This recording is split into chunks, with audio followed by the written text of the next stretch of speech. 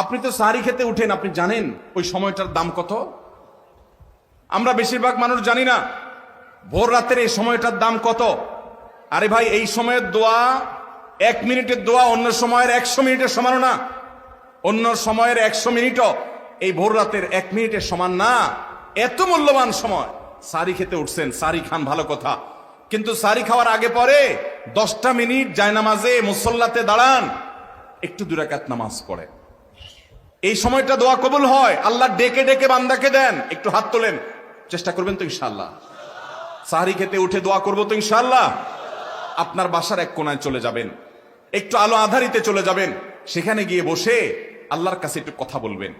সেজদা চলে যাবেন, সেজদা গিয়ে আল্লাহর সাথে একটু মন খুলে কথা বলবেন। আল্লাহ, আমি অনেক গুনাহ করেছি, আল্লাহ আমি অনেক পাপিষ্ঠ। শুনেছি আপনার রাসূল জানিয়েছেন যে এই মাসে নাকি আপনি অনেক পাপিষ্ঠকে মাফ করে দিবেন।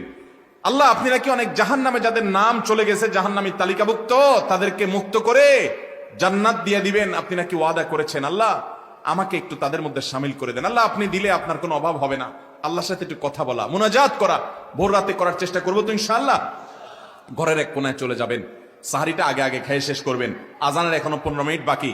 চলে যান এক কোনায়, উযু করে দাঁড়ায় যান 2 রাকাত নামাজে, চলে যান সিজদায়, একটু দোয়া করেন। নিরিবিলি জায়গা যদি বাসায় না থাকে, ছাদে চলে যান, মসজিদে আগে চলে যান, এক কোনায় চলে যান।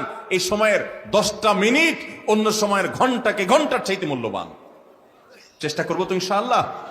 ভাইরা আমার, সিয়াম আমাদেরকে হারাম ছাড়ার প্রশিক্ষণ দেয়। সিয়াম আমাদেরকে বলে তোমার যা মনে চায় তা করতে পারবা না।